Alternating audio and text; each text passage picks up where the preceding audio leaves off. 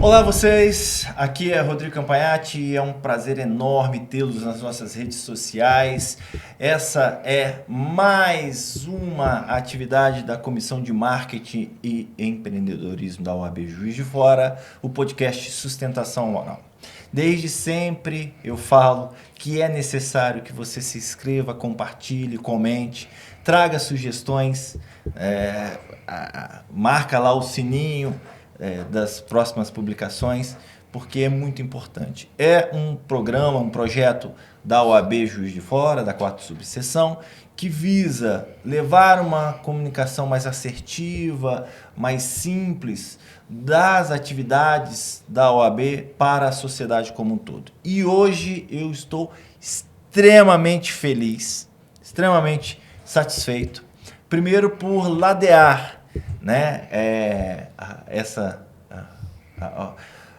atividade da comissão aqui com um advogado que eu conheço há muitos anos, conheço o pai, conheço ele, sei da competência e, além disso, é um advogado que faz parte da comissão, que é o Dr. Eloy, um amigo, um parceiro. Seja muito bem-vindo, Eloy. E hoje é um orgulho para mim tê-lo aqui. Eu lembro de você ainda estagiário, hoje sendo um dos melhores advogados, né, daqui de Juiz de Fora, um advogado brilhante e com atuação não só, né, na comarca, como no estado todo de Minas Gerais. Seja muito bem-vindo.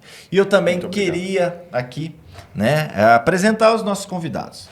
Hoje eu vou fazer uma indelicadeza, mas sem ser uma indelicadeza. Eu vou apresentar primeiro o doutor Pietro Picciolo.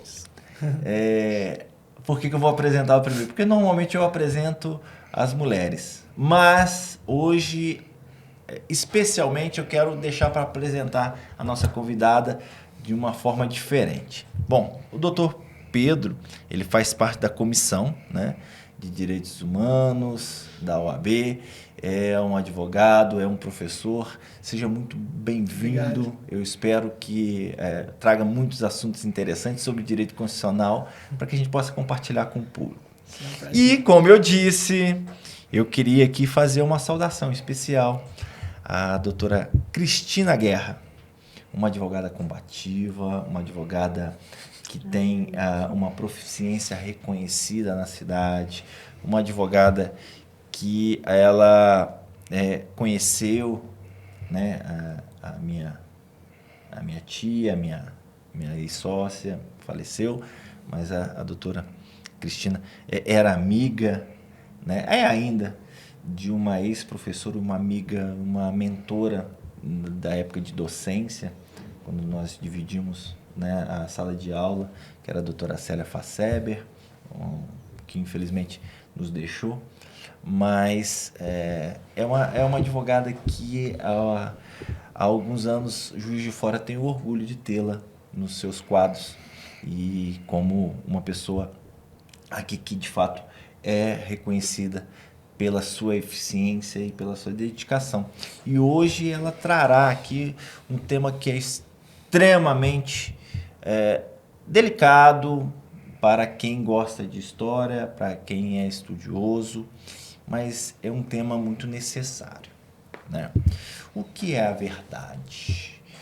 Os gregos se abraçavam num termo que chamava aletheia, né? A clareira, o revelar, e é justamente pisando, né, nesse campo minado que hoje a gente vai falar um pouco sobre um trabalho muito importante da doutora Cristina, do doutor Pietro, né, um projeto que eles têm de uma cartilha da comissão, mas da doutora Cristina também, especialmente com relação à seleção de uma parte histórica, de uma parte que faz parte, né, um momento que o Brasil ele se entregou aí a um certo totalitarismo, se a gente puder dizer assim, né? Um regime autoritário, melhor dizendo, autoritarismo. Sim. Então a gente vai trazer justamente vai ser um bate-papo muito interessante. Então, doutora Cristina, seja muito bem-vinda, né? E que compartilhe conosco essa sua experiência de vida, de conhecimento, e que o papo hoje seja muito interessante. Será? Bom, vamos lá. Como sempre, a gente começa perguntando sobre, doutor Pietro, o que te levou a ser advogado? Por que você é advogado? Você gosta? O que te levou a dar aula? Conte um pouco sobre você. Eu acho que colocar a vocação é uma coisa muito vaga, né? Vamos lá, eu tenho uma paixão assim, gigantesca pela humanidades. E estudando humanidades desde sempre, eu acabei me aproximando muito das coisas do Estado, né? Eu venho de uma família que é do judiciário, uma família com tradição no judiciário, e acabei me encontrando aí nesses estudos do direito público, do direito internacional, do direito constitucional, dos direitos humanos, claro. E a sala de aula me chamou, e pelo mesmo motivo que a sala de aula me chamou, pela essa questão de trabalhar com a fala e tal, a advocacia também me chamou. Então, por mais que vocação seja algo vago, eu acho que sim, existe algo que é inerente a mim, que me vincula a humanidades e que me vincula às questões do Estado. Isso é o que me dá aquele ímpeto de falar que o meu trabalho é um trabalho que ajuda a sociedade, pode trazer algo propositivo para a vida das pessoas, né? Isso me alegra demais. Entendi. Sabia que os gregos eles tinham uma expressão que a gente depois traduziu de uma forma meio errada, ou não teria uma palavra correspondente, que fala areté, né? O grego vai falar da virtude, algumas traduções vai indicar ali para excelência. Ser ético para o grego é descobrir qual é o seu potencial e você levar ao extremo. E por tudo que eu sei, né, de você, a gente até na seleção dos convidados, foram só altas e ótimas recomendações. Então, se a excelência, a virtude para o grego, ela fosse ser exercida mesmo, hoje eu falaria que essa sua vocação é um sinal disso. Doutora, vamos lá. O que te levou ao direito? Por que você escolheu ser advogada? E conta um pouco da sua vida pra gente. Então, eu me formei, eu entrei na faculdade bem nova, me formei com 23 anos em 1983. A Célia se formou um ano antes de mim, né? Ela estudava na sala da minha mãe. E o meu pai se aposentou e fez direito na Federal. Então, nós nos formamos, papai em 81, mamãe em 82 e eu em 83. E a gente montou um escritório juntos. E daí, a minha tia, irmã da mamãe, já era juíza, foi a primeira mulher juíza aqui em Juiz de Fora. A Joanira conheceu, a minha tia Wanda Durão. O meu tio era juiz. A gente vem de uma família, como o Pietro falou, de advogados, né? Minha filha é advogada. E o que me levou é exatamente combater a injustiça, a gente tentar fazer um mundo melhor. E essa vivência eu trago de casa, né? A mamãe sempre uma mulher combativa. Ela foi vereadora com 19 anos em 1949. Né? Não podia usar calça comprida, mas a mamãe estava lá e foi uma das primeiras vereadoras de Minas Gerais. Então, assim, a gente sempre teve essa vontade de fazer direito e fazer bem, né? E é por aí. Doutora Cristina, o grande reverendo Martin Luther King disse uma vez assim: a injustiça em um lugar é injustiça em todo lugar. Sim. Adoro essa frase. Eu, às vezes, acho que advogando, eu sei que a gente vai entrar no tema de direito constitucional, mas eu acho que, às vezes, a gente está enxugando gelo. Eu vejo muita injustiça. A injustiça que, às vezes, não consegue chegar ao cidadão mais pobre, né? A Defensoria Pública, às vezes, não consegue alcançar todo mundo. Como, por exemplo, dativos em cidade como Matias Barbosa. Eu atuo muito como dativo em Matias Barbosa. Eu vejo muita gente lá querendo um alvará judicial. Você não vê que a gente, às vezes, igual você está na advocacia há muitos anos, já defendeu milhares de pessoas, pode contar aí mais de 10 mil casos, com certeza.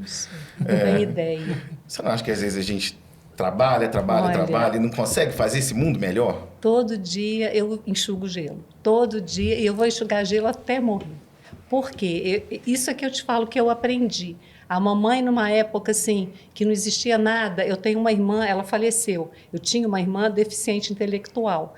E na época não tinha nada que se pudesse fazer. A mamãe se juntou com outras mães, entre elas Dona Ondina Pestana, que tinha 3 filhos com deficiência, a Dona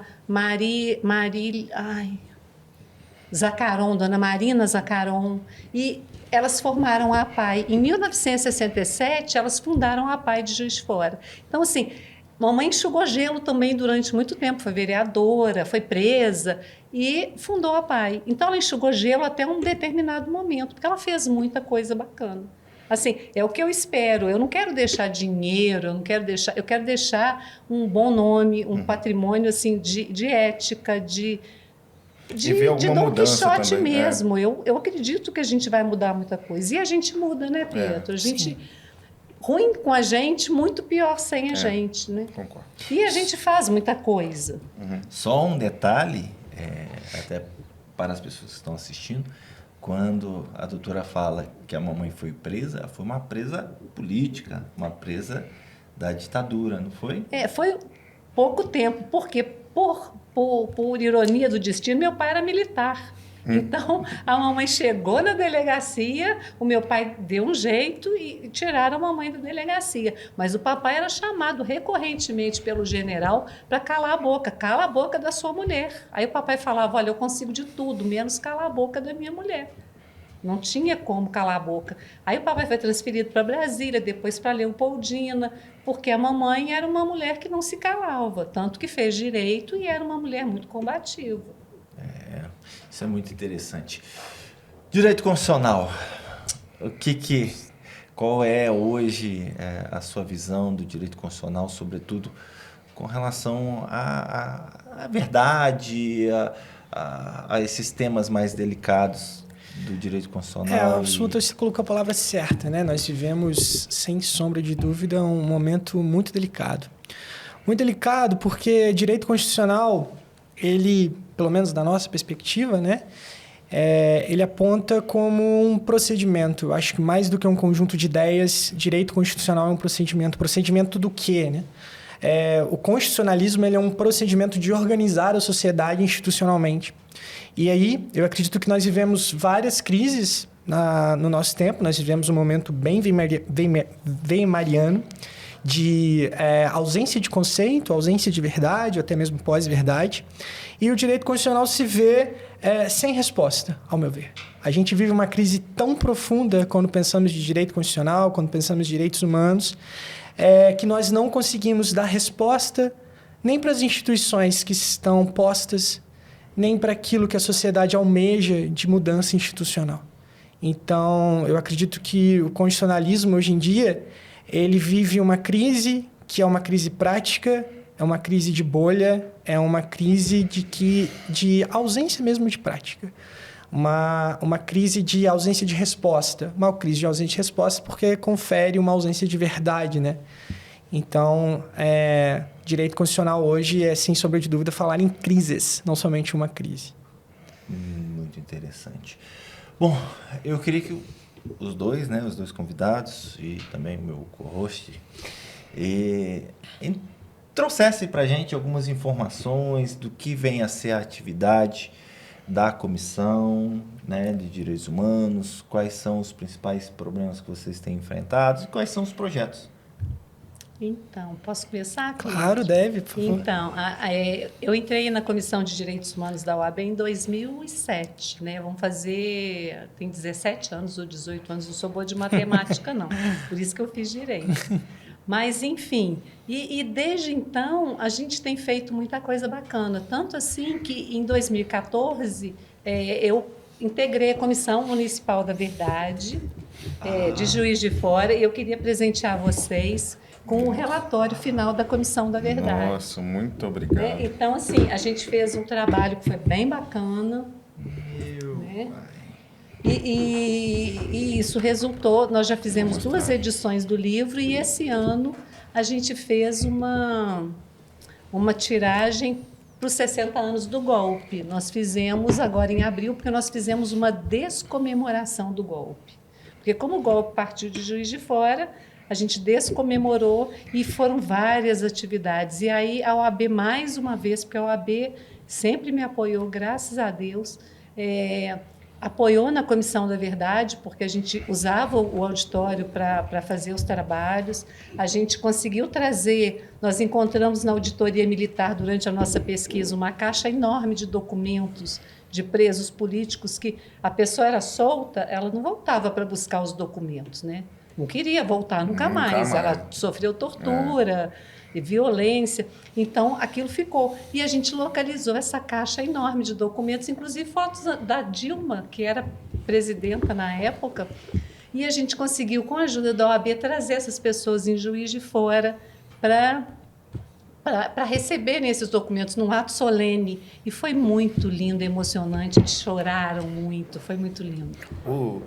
Uma pergunta. Os militares da ativa hoje, com quais vocês pegaram até esses documentos, eles contribuíram com alguma coisa? Eles respondem algumas coisas ou não? Demos uma sorte incrível. Tinha na auditoria, na época da comissão, porque foi de 2014 a 2015 o nosso período de trabalho de pesquisa. Tinha uma juíza, auditora, a doutora Maria do Socorro. Era uma mulher maravilhosa. Vocês conheceram ela, a doutora Maria do Socorro? Eu conheci. E ela, assim, fez parte... Ela sucedeu a doutora Eli, não foi? Foi a doutora Eli. E ela fez parte do movimento estudantil. Então, ela abriu a auditoria, a gente investigou tudo, a gente leu tudo e a gente conseguiu, junto à universidade, digitalizar todos os livros, todos os processos da auditoria militar. Então, o que a gente conseguiu de avanço junto à auditoria foi graças à doutora. Ah, que bacana. Então, teve uma contribuição assim, interna, né? Sim, e teve a OAB que nos ajudou pra caramba, porque a gente conseguiu trazer essas pessoas. A gente trouxe o Modesto da Silveira, com um advogado maravilhoso, o Obregon Gonçalves, tudo com apoio da OAB e a publicação do relatório também. Mas a instituição Exército Brasileiro, eles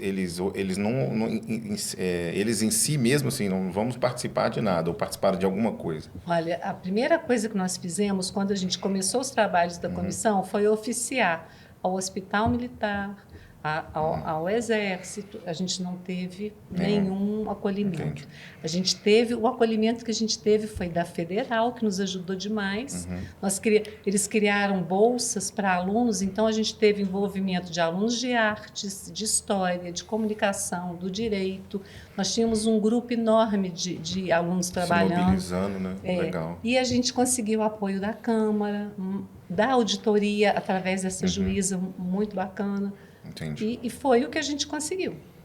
Eu acabei de ver, estou folheando, a doutora falava. Eu estava eu vi aqui 2 imagens, não terminei de analisar, mas o Obregon está aqui, ó. O Obregon foi julgamento do Riane. Sim.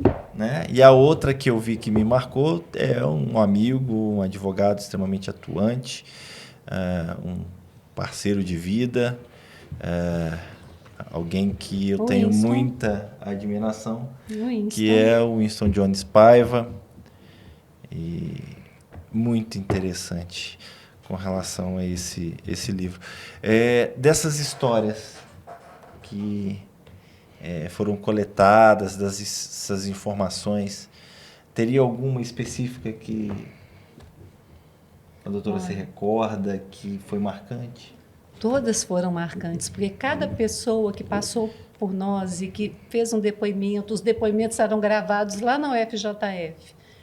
Cada uma dessas pessoas que sofreu tortura, que teve familiar desaparecido, familiar preso, ela marcou muito a nossa vida.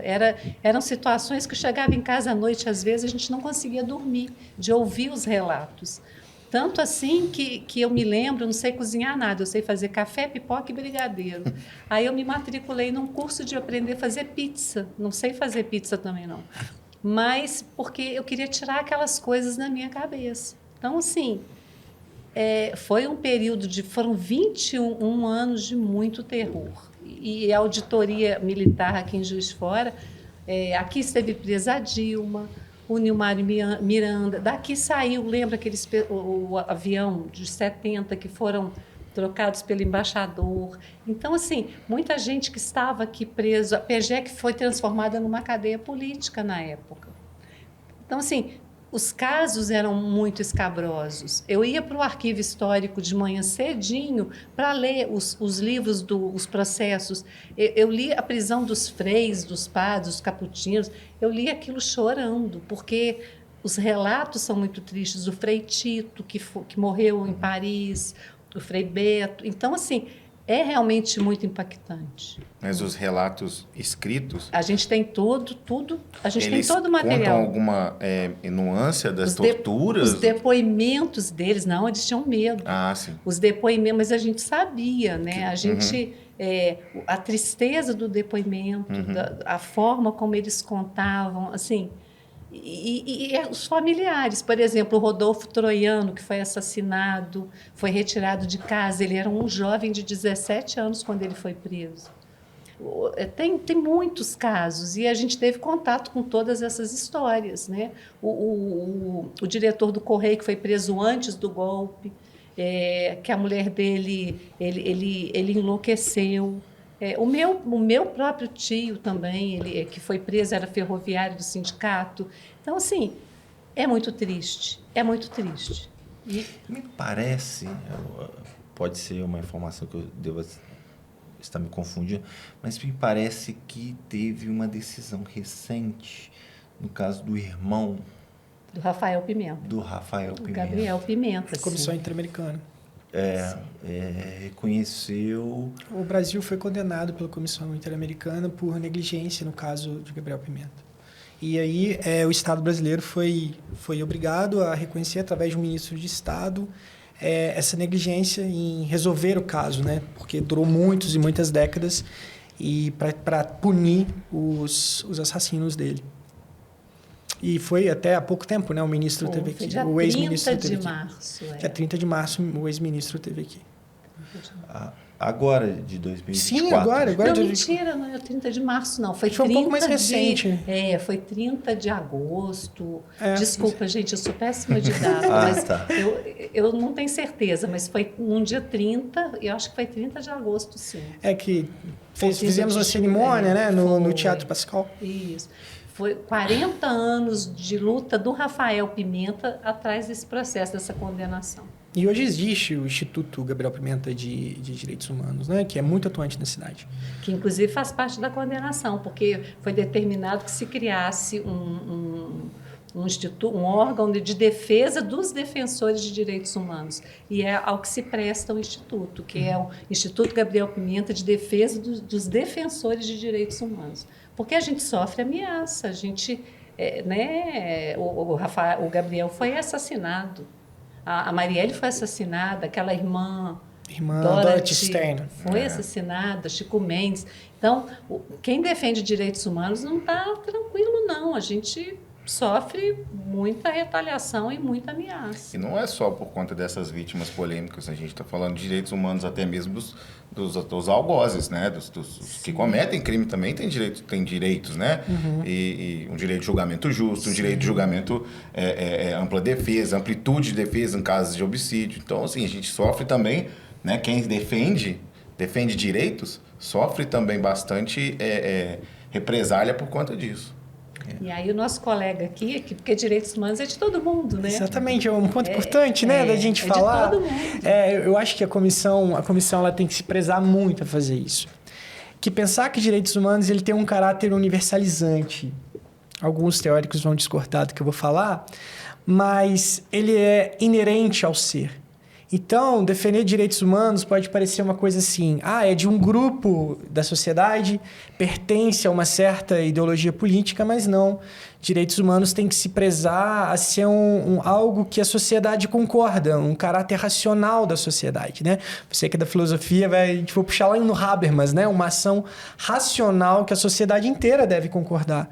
Porque o estado que nós vivemos, né, a ordem que nós vivemos, não somente aqui no Brasil, mas em todo o Ocidente, periferia do Ocidente, é baseada em direitos humanos. Então, direitos humanos é sim para o preso, mas é para a gente que está aqui numa posição de privilégio, é para o idoso, é para o deficiente físico. Então, nós temos esse caráter universal que as pessoas não entendem, né? E quando bate a porta essa violação, seja de forma horizontal, né, de forma vertical, vinda do Estado, seja de forma horizontal, vindo de outra pessoa, é que lembra, peraí, eu sou um sujeito de direitos. Mas tem que lembrar isso todo dia, porque a prática diária, né? E eu quero lembrar os nossos colegas advogados também, até porque como eu não tenho boa memória, eu trouxe uma colinha.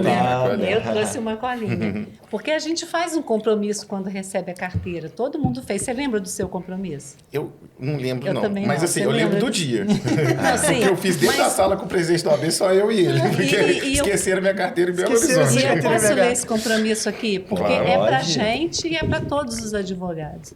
Eu prometo exercer a advocacia com dignidade e independência, observar a ética, os deveres e prerrogativas profissionais e defender a Constituição, a ordem jurídica do Estado democrático, os direitos humanos, a justiça social, a boa aplicação das leis, a rápida administração da justiça e o aperfeiçoamento da cultura e das instituições jurídicas. Então, o nosso papel, o nosso compromisso é defender direitos humanos. A gente está do lado certo, né? Muito interessante. Eu, particularmente, tenho algum contato, ainda que não faça parte da comissão, né? Porque eu, durante muitos anos da minha vida, trabalho com direito penal, dou aula dessa matéria e eu vejo a importância. E, infelizmente, as pessoas pecam pela ignorância. Elas não têm a noção da importância dos direitos humanos, né? E eu acho que esse tipo de trabalho da OAB, de levar esse tipo de informação para a comunidade, é de extrema importância.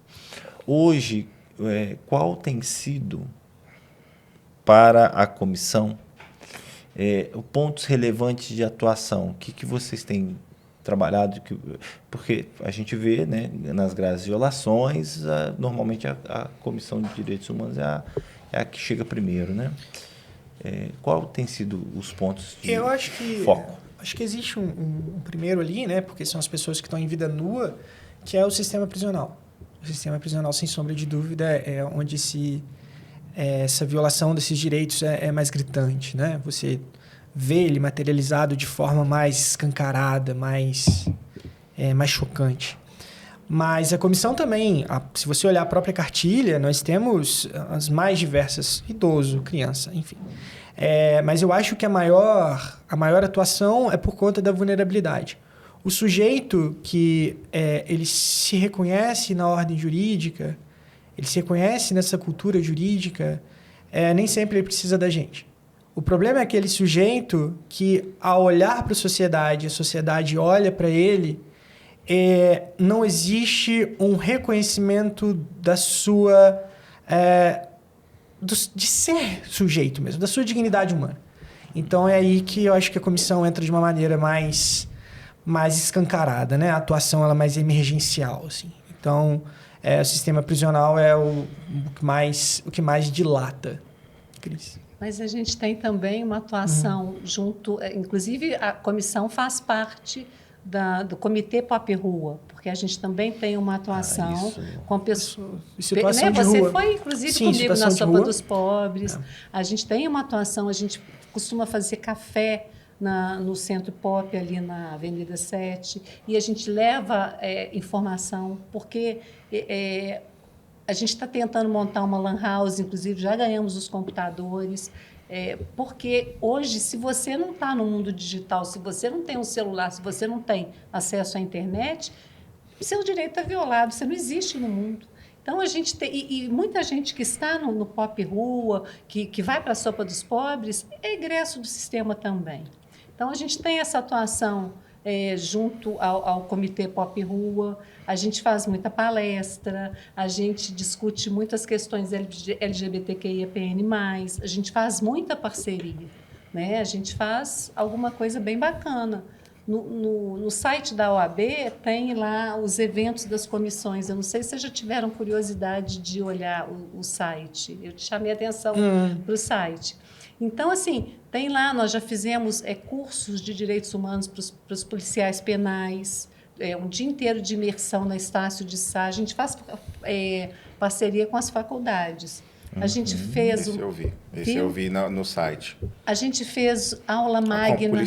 Polícia Militar também, não teve um? A gente fez também uma aula magna agora no Teatro Pascoal Carlos Magno, para a Docton. A gente faz uma parceria bacana com a Docton, a gente faz com a Cíntia do Viana. A gente tem... Por quê? Porque a gente precisa levar, desmistificar essa coisa de direitos humanos, é direito de mano, leva para casa... Os próprios agentes públicos, né, que nós tivemos atuação com eles são sujeitos portadores de direito, Sim. né? Então, lembrar que essa rejeição que existe, ela é completamente irracional, ela não faz sentido. Porque é rejeitar algo que é seu, rejeitar algo que você vai precisar, você precisa, na verdade. Mas né? A gente tem reuniões, inclusive, com o Sindicato dos Policiais Penais, porque eles sofrem violação. O tempo todo. Se a cadeia está ruim, se a comida está ruim, é um direito se deles, o ambiente está ruim, se está tudo infiltrado, se...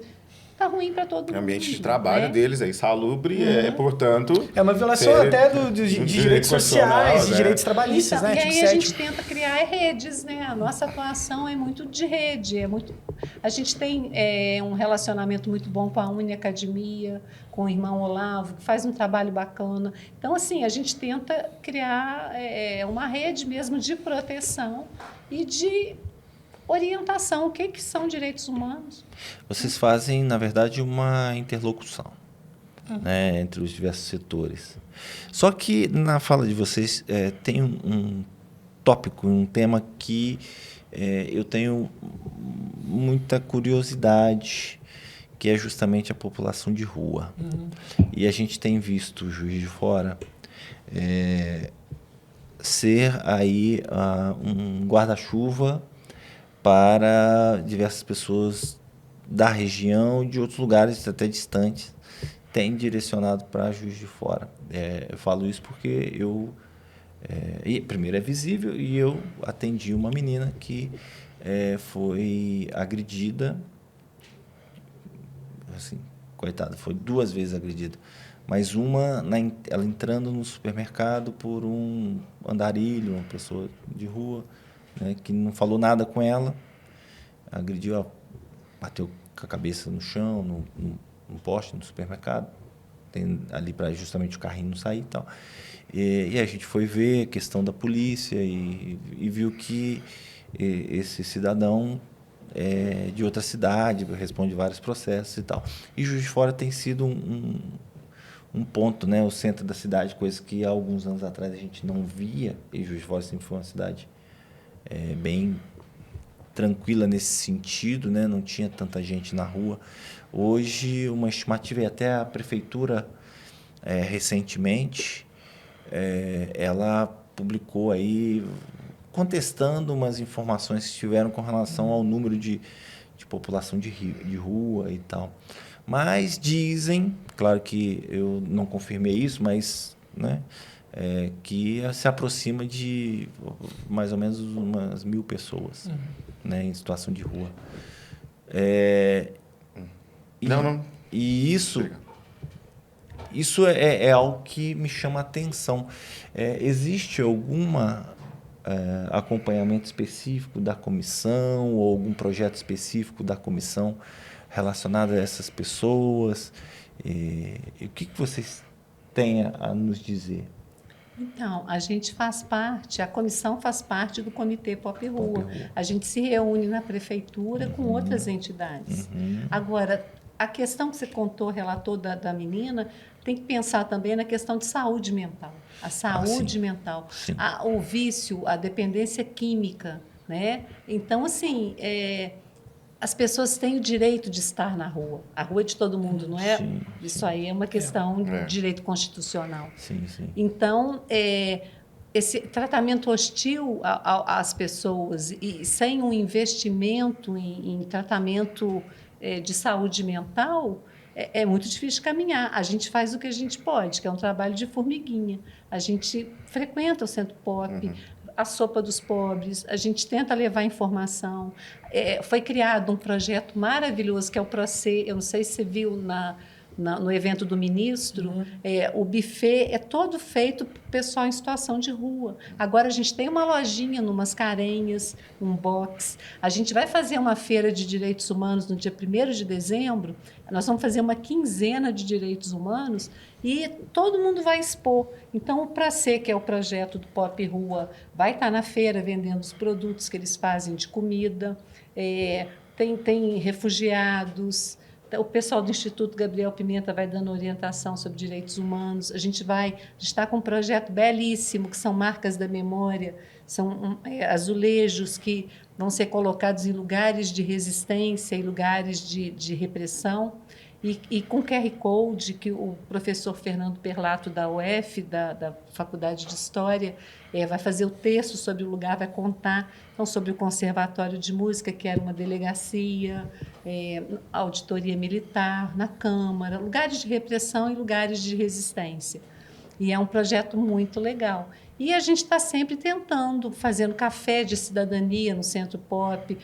O Juber já foi, as meninas foram. A gente levou uma discussão sobre pessoas LGBTQIAPN+, porque na rua tem muita mulher trans, tem muita... E a gente fez uma reunião com o pessoal da saúde, secretário de saúde, para pensar nessa questão de saúde mental. Então, a gente tenta fazer, mas é o que você falou, eu estou enxugando gelo, né? E vou enxugar gelo até morrer. Mas é antes você enxugando gelo do que você sem não, você, né? Eu vendo em casa, vendo televisão, né? Então eu prefiro enxugar gelo. Uma questão que você estava falando, que eu quase te interrompi, mas é dos egressos do sistema prisional que vão para a rua, mas é porque Juiz de Fora também, agora diminuiu um pouco, foi porta de entrada de muitas cidades colaterais nossas, né, de comarca vizinha, contígua, que não tem cadeia pública. Então manda todo mundo para cá, agora o Ceresp reativou, e depois quando ele sai para onde? O viciado de Matias Barbosa não vai voltar a pé para lá. Eu tava na rua essa semana, acho que foi domingo retrasado, e um rapaz eu e alguns colegas que são criminalistas, né? Eu não sou criminalista. Aí veio parece que reconheceu, e um dos advogados, um rapaz que é de Bicas, tentando voltar. Falou, eu acabei de sair. Aí ele deu o alvará pra gente, assim, a gente lembra que ele tinha acabado de sair. Eu acho que pessoas em situação de rua, né? Você tem que pensar por que elas estão ali, né? Por que aquela pessoa foi parar para aquela situação? Existe uma instabilidade econômica muito forte, existem questões psiquiátricas muito fortes, existem questões de gênero, como as mulheres trans que estão na rua. Então, olhar, isso parece um baita de um clichê quando a gente fala de direitos humanos, mas é olhar aquela pessoa realmente como humana e pensar que a nossa vida ela é toda costurada por intempéries, né? E que, às vezes, você pode cair um grande redemoinho de coisas que não são tão agradáveis, que vão poder te levar nessa situação, né? Ao invés de olhar como, vai ser alguém que vai me atacar, alguém que não sei o quê, não, é pensar, essa pessoa, ela pode ser agressiva, realmente, principalmente pelas questões psiquiátricas, que normalmente são ligadas a questões psiquiátricas. Mas também é pensar que aquilo dali simplesmente pode ser uma pessoa que está numa situação de extrema pobreza e que precisa de um prato de comida. Então, esse olhar complexo que às vezes as pessoas não têm, essa generalização, ela é mais fácil de fazer do que pensar em histórias pessoais, pensar nesse próprio sujeito como alguém que está ali por questões que a própria sociedade empurra, né? Enfim, é complexo olhar para as pessoas em situação de rua, e eu acho que a gente está principalmente com o Pop, né? Eu acho que o Pop é um bom projeto para pensar nessa questão de acolhimento dessas identidades. Então, e eu vou contar assim um caso pequenininho, ainda tem tempo para falar? Claro! Então, a gente fez um sarau de poesia, um sarau multicor, agora em agosto, por conta do mês. E a gente fez ali no Pascoal Carlos Magno exposição de arte, e quem fez a arte foi o pessoal do pop e de um coletivo que chama Coletivo Ventania. E foi maravilhoso, a exposição ficou lindíssima. O pessoal da rua que fez a comida, fez o buffet, a gente vendeu os produtos e a gente usou cinema, tinha poesia mesmo, do pessoal da confraria dos poetas, dos jovens, e foi muito bacana. E um dos rapazes que fez muitas das artes que a gente expôs, o Japa, ele, da exposição para cá, ele virou outra pessoa.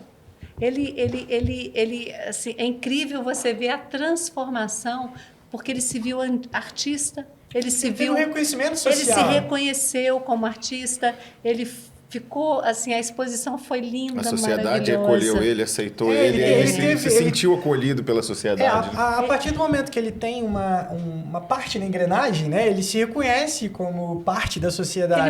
Ele arrumou dente, porque na Sopa a gente tem um projeto super bacana que quem precisa de óculos, de oftalmologista, de dentista, a gente consegue... Sopa dos Pobres aqui, só pra gente pensar, entender, fica ali na Santo Antônio, pode fazer propaganda dela Pode.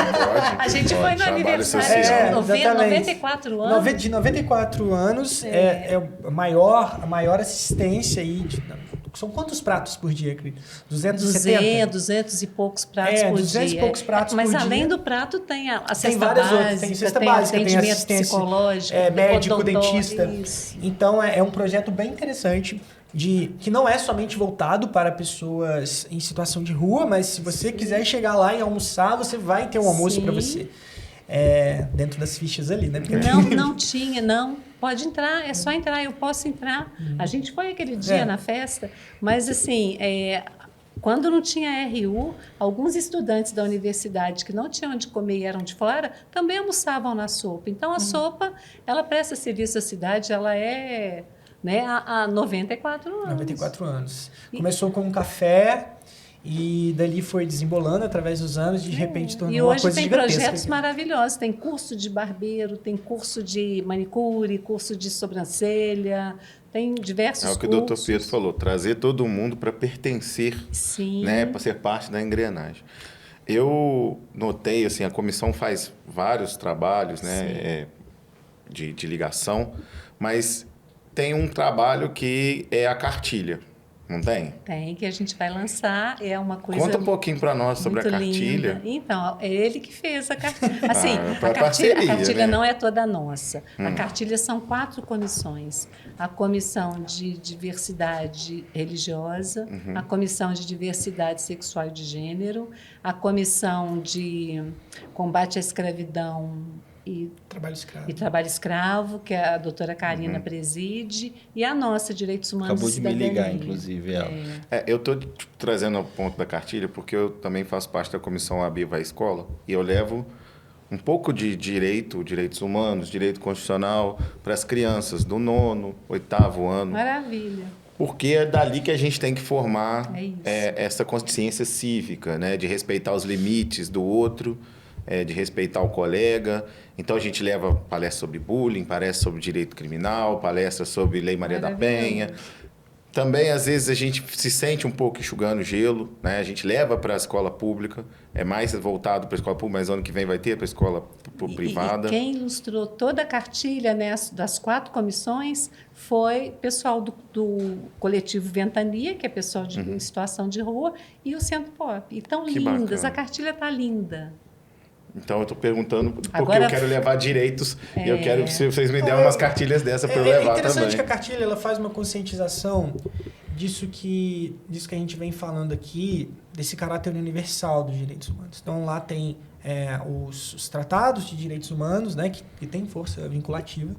É importante colocar isso para a sociedade, né? As crianças talvez isso não seja tão fácil de digerir, mas mostrar que nós fazemos parte de um sistema regional e global de garantia de direitos, que esses direitos são base E que existem vários tipos de direitos humanos, né? Que existem direitos humanos de idosos, de crianças, né? Elas são pessoas que estão ali com uma certa vulnerabilidade, né? Tanto é que quando você pega um processo de direito de família, não é tão simples quanto fazer uma ação de cobrança, né? Então, a cartilha mostra isso. A cartilha mostra as atuações, dessa atuação em rede, e mostra como nós, advogados, podemos atuar em diversas áreas da sociedade para que essas garantias que nós conquistamos ao decorrer dessa linearidade do direito, nós, como advogados, podemos efetivar isso, né? Nós podemos trabalhar para que isso se torne realidade cada vez mais. Eu, na minha vida, exerço alguns papéis, né? Não só como professor, como advogado, como filósofo, mas eu também sou voluntário em atividade e talvez da maior ONG do mundo, né? Uma ONG que tem inclusive assento na ONU. Eu sou rotariano. E no Rotary a gente sabe que esse serviço, o Rotary não é filantrópico, é um clube de prestação de serviço, um clube de prestação de serviço social. E lá a gente tem alguns lemas, e dentre esses lemas, talvez o mais importante seja que o rotariano ele tem a obrigação de ter visão, disposição e coragem para prestar esse tipo de serviço, porque ele tem que ouvir a sociedade. E tem muito a ver com o tipo de serviço que vocês estão prestando. É um serviço que a OAB não paga nenhum advogado para trabalhar nessas comissões, é voluntário. Né? É tempo, é dinheiro, é esforço, é dedicação, que seja no atendimento, né, às pessoas em situação de rua, que seja com relação ao trabalho com os egressos, a proteção das pessoas presas, que seja na busca da verdade.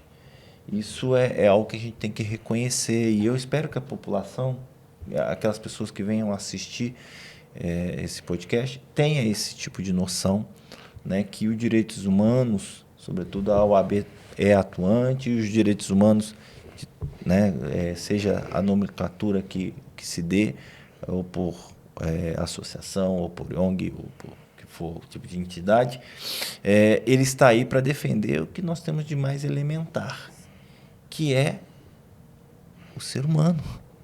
Né? Porque o problema é o outro, né? Sempre assim, filosoficamente, inclusive, falando.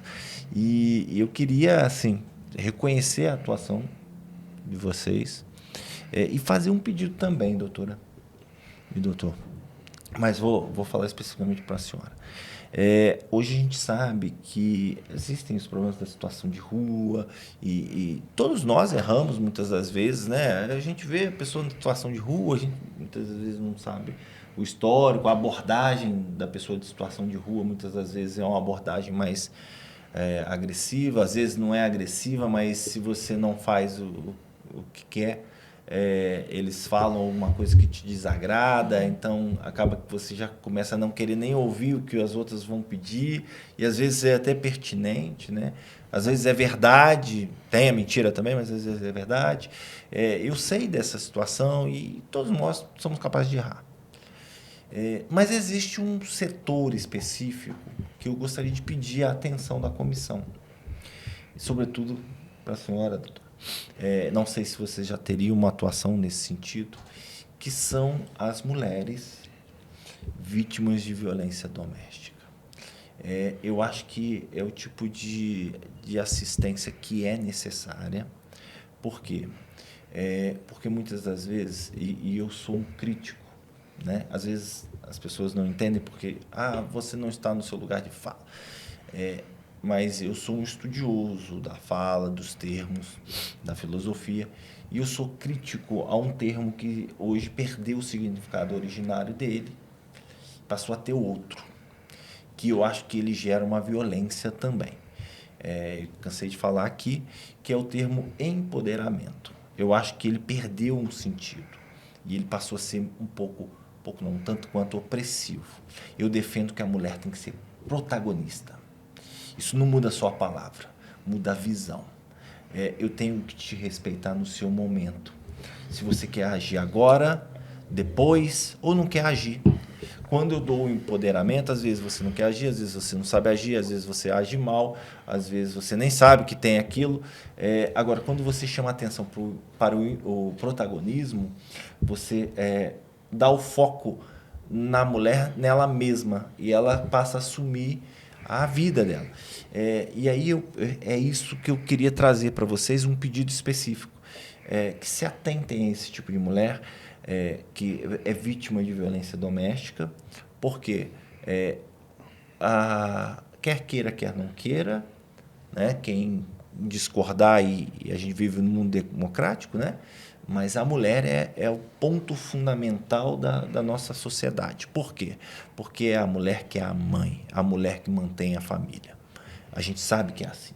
Eu sou um pai atípico, eu sou um pai de uma menina autista, e eu sei, e eu vejo isso, né? Normalmente, quando é diagnosticada a pessoa com deficiência, a família destrói e o pai abandona. E essa menina fica com quem?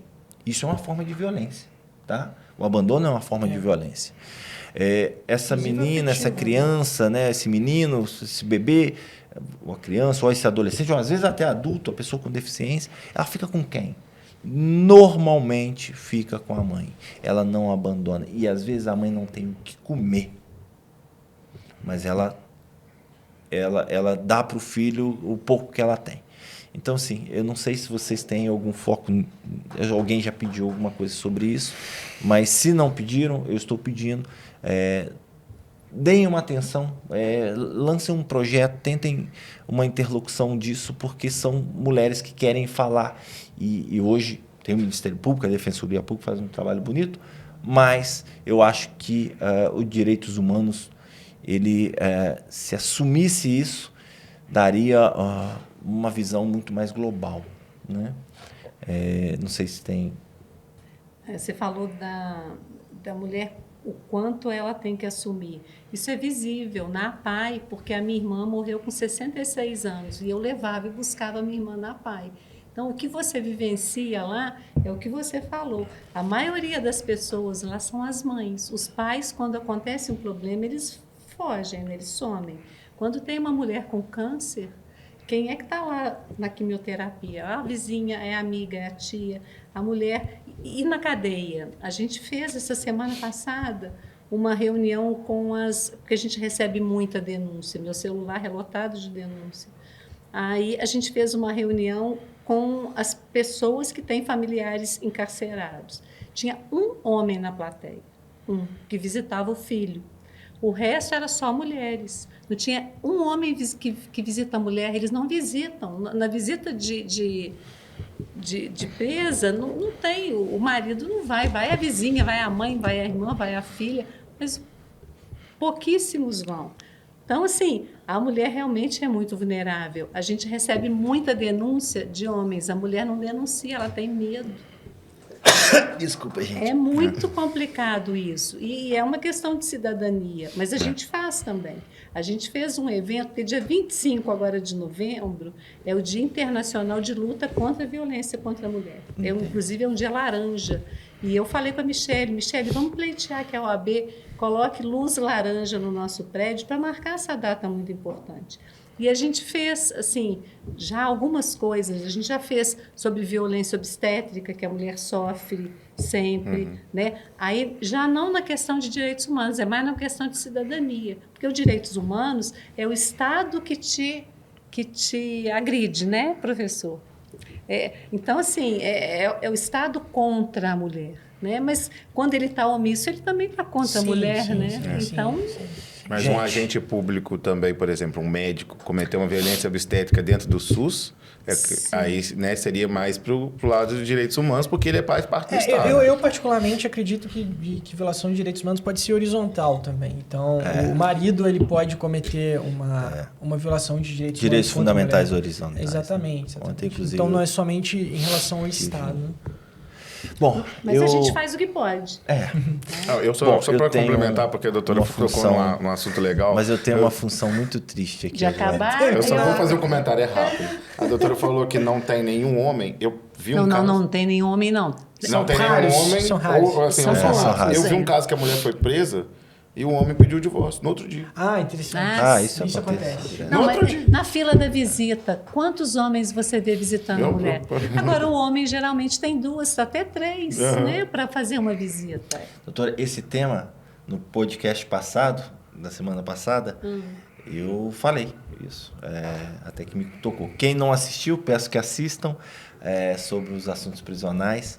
Bom, eu tenho uma função muito triste aqui, que é finalizar. Tudo que é bom dura pouco, né? E, bom, eu gostaria que mandassem uma mensagem, falassem as redes sociais de vocês,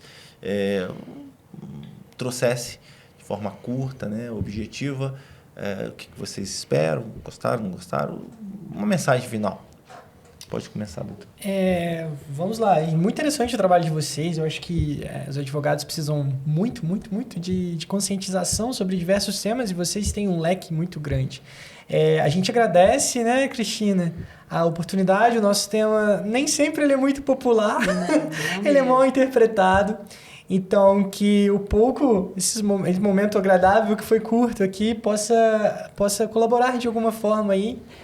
Quem tiver o interesse de participar da comissão, por favor, nos procure, porque estamos de portas abertas e precisando de mão de obra, né? Sim, é verdade, porque as demandas são muitas, né? E para a gente enxugar gelo junto, que venham bastante advogados, porque a gente divide a comissão em tema que você é afeito, por exemplo, diversidade, aí você parte para pessoa em situação de rua, outro parte para igreja, a gente divide, né? Cada um vai no que tem mais interesse. Se tiver um monte de pano, dá pra gente enxugar bastante. A gente enxugamos a Groenlândia. É Quais são as verdade. suas redes sociais? Minhas redes sociais é Pietro Pisiolo, com 2 E's e 1 L. Podem seguir lá. Espero que possa também colaborar alguma coisa através das redes sociais. Ok. Eu, doutora. Cristina Couto Guerra, também, eu tenho Instagram. Ah, que bom. Bom, e... Minha rede social? eloyh.adv. Ok. Bom, a vocês que assistiram esse podcast, peço até que comentem aí. Qual frase a gente pode pedir para que eles comentem? Direitos humanos, né? Hashtag direitos humanos. Hashtag direitos humanos. Eu queria agradecer a vocês que assistiram. Peço que comentem, compartilhem. Marquem lá o sininho. Tragam sugestões, porque é extremamente importante. Este podcast é um projeto sustentável da OAB Juiz de Fora e que visa levar esse tipo de informação para a comunidade. Eu agradeço a presença dos nossos 3 convidados, na verdade. Foi muito bom. Infelizmente, o programa teve que acabar, mas espero que voltem com mais notícias e que os direitos humanos seja visto por todos como uma função essencial E um compromisso nosso, e né? um compromisso humano. De toda a advocacia humana. Sim. No mais, agradeço a vocês e a gente se vê. Muito obrigado. Obrigado.